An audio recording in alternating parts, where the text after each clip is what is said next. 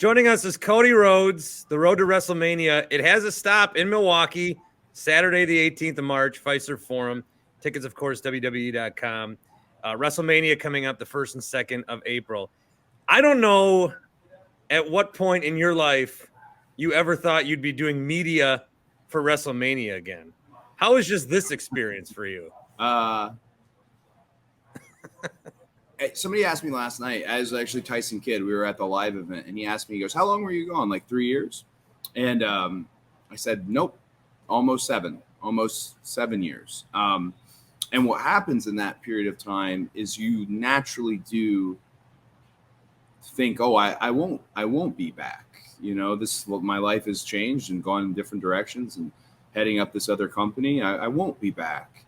But then how things work out, showing up last year at WrestleMania, it was so clearly obvious that this, maybe not to me, maybe to everyone around me, like it was so obvious. Oh, I had to come back. I had this. It's unfinished. Now the terms that I came back on, and in terms of, it was very warmly welcomed, and that's what surprises me the most. You know, doing media for WrestleMania, if I wasn't here doing it, I'd probably be in another company talking about a show that's on WrestleMania weekend anyways, just because it's the combination. Right. I always said that even when I was away. It's the biggest thing. It's I encourage all my students at the Nightmare Factory to find a way out there, everybody to get on a show, do something, just because it's the most love we have as wrestling fans. I mean, it's the Super Bowl, sure, but it's just takes over the city. And what a good city to be doing it in, you know, to be out there in Hollywood, the West Coast. So, yeah, I didn't answer your question at all, but, you know, I'm happy to be doing the media for WrestleMania for sure. My questions are irrelevant. I just want insight from you on whatever. I think what's interesting, though, is that, you know, you're doing it's a main event. It's you and Roman.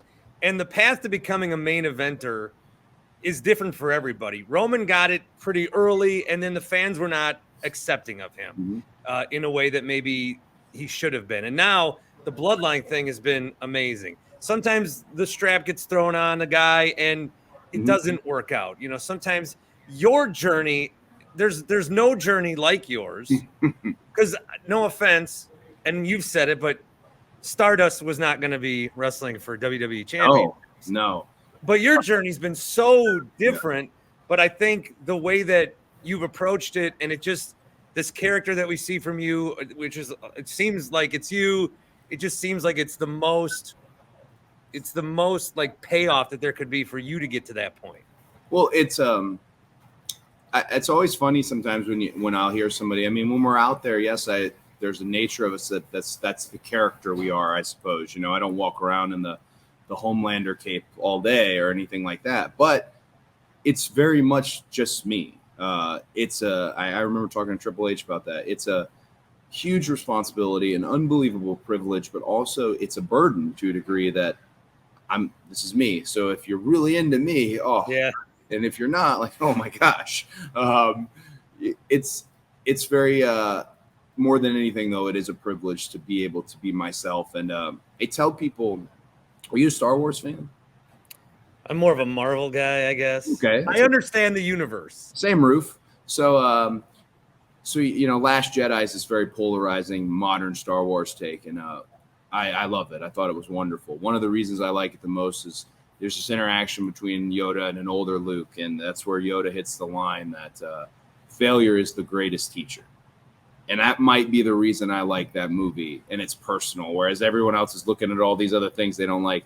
That moment more than any is very descriptive of looking up at the lights a lot of nights, and not just looking up at the lights and giving up, looking up at the lights and learning. How do I avoid this? What can I do? I'm smarter than this. I used to say that all the time. I'm smarter than this. How do I progress? And I was able to have the greatest teacher, which many times was failure. And it's led us to this point where the last thing I want to do, and really the last thing I can do, is fail at this juncture. And with a mountain like Roman Reigns in front of you, it just creates a really, I couldn't ask for a better experience in terms of, yeah, sure, I wanted it long before, but this is the time, this is the moment, and what a perfect opponent to have. Well, and I think you're saying finish your story. I think since you won the Rumble, what I think has been the best moment on the road to WrestleMania is when you were in the ring. I mean, you were just in there with Roman, but with Sami. Yeah. I thought that was great because your story was great. And then obviously the injury. Yeah. Sami becomes the story. Mm-hmm. And I like in the wrestling universe where everyone's got their program, but you guys are all in the same place. It's like it's okay for things to intersect sometimes. Sure. And for you to be with Sami and for him to have the doubt and for you to say finish the story. And Sami's story isn't necessarily the title, where I feel yours is the title. How did that come about? Because I really think that, I mean, your reaction has been incredible. Sami's has been incredible. People got what they wanted, I think, out of the Sami Roman match at Chamber. But I just think that, it could have been some hijacking here and there from the crowds, but it hasn't been. You guys have just done so well with this. What's funny is, one thing you can't deny in the sports entertainment, the pro wrestling game is noise and numbers. These are the two things that I always noise and numbers. And what surprised me was when Sami's unbelievable noise, unbelievable numbers. Myself, I was very lucky. Unbelievable noise, unbelievable numbers. What surprises me is that anyone looked at that this could be tricky. To me, hats off to Triple H and to Ed Koskey. I know everyone likes to be anonymous, but I'm going to say hats off because I wanted to. Let's see. He's doing exceptional, and he's on his way to his hometown to potentially be my WrestleMania. Yeah. Let's find out, and let's find out in a market like New York City, where if you make it there, you can make it anywhere. That's a very apt description of it. And I just kudos to everyone who made it happen because I loved that moment. As a kid growing up watching wrestling, I loved when I don't know if this is the proper term, but when the good guys were good guys together, right? The good, there's tension behind the scenes. Hell yeah, it's awkward. Hell yeah, there's money involved and stuff. But if the fans love you and they love him, put them together.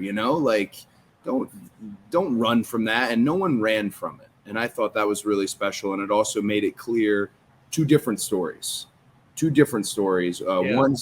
One has been enthralling viewers on both brands and is unique in terms of human nature and emotion. The other one, a story about a title belt, dating back to 1977. Just a really, it's one of those situations where things can go either way. And I like that. Fans deserve a little bit of spontaneity, a little bit of, I didn't think they'd do this. They absolutely deserve that. It's one of my favorite moments. Oh, I loved it. I'm not, blowing smoke. I think it was just such a riveting moment. You say title, you're going after two of them. Yeah, two belts. We can say belts. I don't know what we. Greg, you getting mad if I say belts? Greg's fine with belts. He's cool with it. They're belts. I said strap before. Was that bad? No, we're good. I think we're safe. Yeah. They keep a pretty close watch on me though with media because every now and then I'll just get wild and say something that's just such a clickbait thing. So I'm really trying to. Yeah, give me some of that. I'm trying everything I can just to look straight ahead, just get to the finish line, show up in Hollywood, see everybody, have a good time. And when we're on the way there, we're going to Milwaukee. Milwaukee on the 18th of March. Again, tickets, WWE.com. You can also get them on the Pfizer Forum website. I got a good Milwaukee story. Let's hear it. So the fans were right there by the gate in Milwaukee at the spot, and that's right where me and Bob Holly pulled up. They're cheering, and they're all sweet and nice. We get out of the car. They're talking as we get out of the car, and I think Bob was trying to be funny, but I respected Bob a great deal. I still do. He was actually far more helpful to me than I ever let people know. So thanks to Bob Holly. But he jokingly dropped his bags, and he said, "Bring my bags in," like in front of the guys. And I thought about it. He's the veteran. He's my team, my tag team partner. But I just couldn't do it. I thought, no, I think the test is I don't bring the bags in. And we just stared at each other. And all these fans were just by the gate like, what is happening? And then he goes, I'm just kidding. And he grabbed his bags and he went in. But for a minute, I was like, is Bob Holly about to knock me out? in the free. Show started early.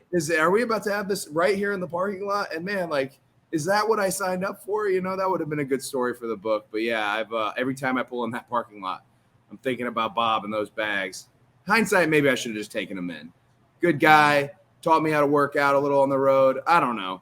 Then you don't have the story. Very true. So last thing, I love what's going on. I think everybody across all the companies are hitting a stride right now. Mm-hmm.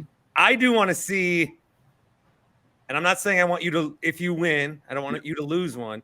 I want to see these titles separate again. Would you be a champion that fights with them separately? I think what it will take for the titles to potentially be separated is, I mean, this happened in boxing years ago in the 90s, is maybe whoever's coming out of WrestleMania. Obviously, I want to talk to you with the most confidence in the world that it's going to be me. But maybe who leaves after leaving WrestleMania, I think it's a time when perhaps management can step in and make that call so that you never put it on potentially me or potentially Roman Reigns to say, I want this one more than the other. Of course, the thing that I want my hands on is the WWE Championship. It's the one that Pop never got. But I think it would take someone telling me, hey, we got to go this way. Both brands need a title. Just because once you have them, I mean, the dude threw him down in front of me the other day, and I felt my heart jump. You know, just for real, how sincerely I love these title belts that I've never touched. I think that's a good time for maybe management to step in. And if they did, I'd be all about it. It's, you know, the shows that are going to Milwaukee they're making the rounds on the live events. The title should be present on the live events. I'm out of time, but I would say defend one is Cody and defend one is Stardust. Oh my gosh. So they're making a spoiler for you. Here's me talking out of turn. They're making new Stardust figures and stuff like that. So they're getting pretty loosey-goosey with Stardust. And I'm waiting to be like, all right, pump the brakes, guys. This was also professional rock bottom, you know. But hey, if it can make some money now, why not? Cody Rhodes, thank you, man. Thanks, brother.